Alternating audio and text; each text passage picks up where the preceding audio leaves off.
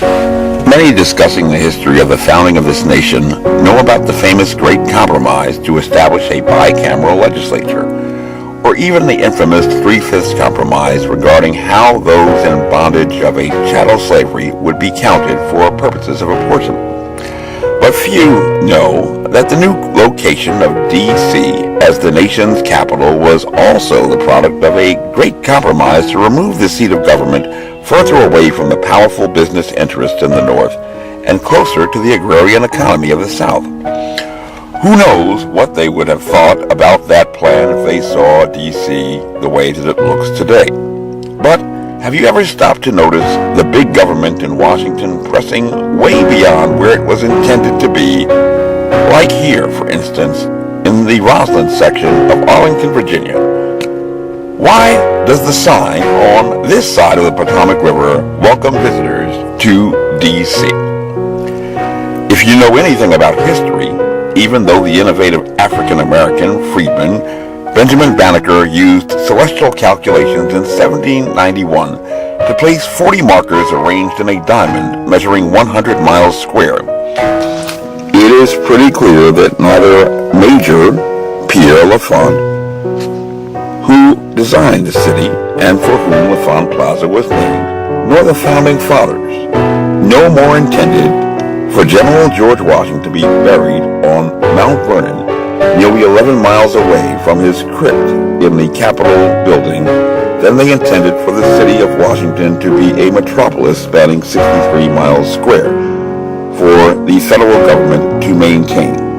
And Major Mike Webb has proposed a novel solution to improve the local infrastructure, about which both Congressman Don Beyer and his continuous partner, Delegate Eleanor Holmes Norton, always complain, but are powerless to fix.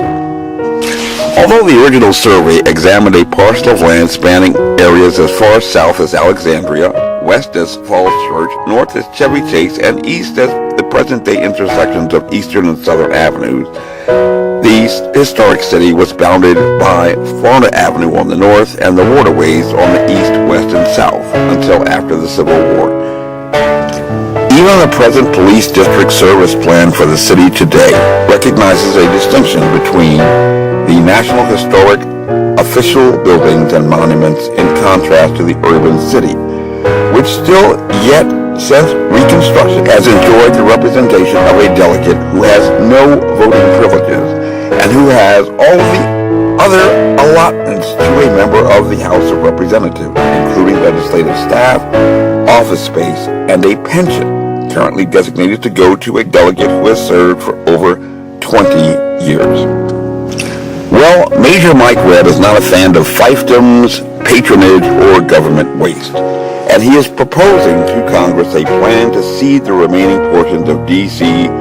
back to the state of Maryland to provide residents of D.C. who have been protesting for home rule and a vote in Congress to eliminate taxation without representation for years. It's a great compromise where everyone wins, but I just have a feeling that Don Beyer and Eleanor Holmes Norton, who definitely do not have a problem with encroaching big government, may have something to say. But since she has no vote, and neither enjoys a majority in Congress, maybe they will just hold hands in solidarity with the Muslim Brotherhood and dare fellow members of Congress to join them in a mosque, most directly linked to the terror attacks on 9/11, like they did while the nation mourned the attacks in San Bernardino. It may just prove as ineffectual as when Eleanor Holmes Norton and Don Beyer's hands were joined again when he tried to negotiate with his former employer, the National Park Service, to obtain a copy of a 911 transcript for the family of the victims of the shooting on the Parkway before Christmas, because even Congressman Beyer's former employer canceled a meeting with the former ambassador to Switzerland.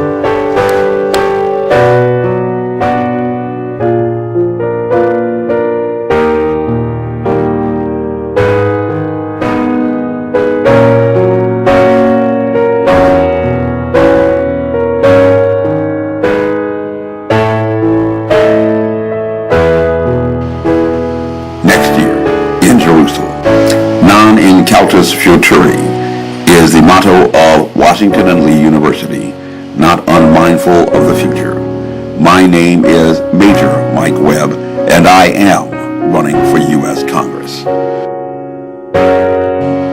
In liberty, with honor and excellence, the South shall rise again. Honest. This advertisement was authorized by Mike Webb.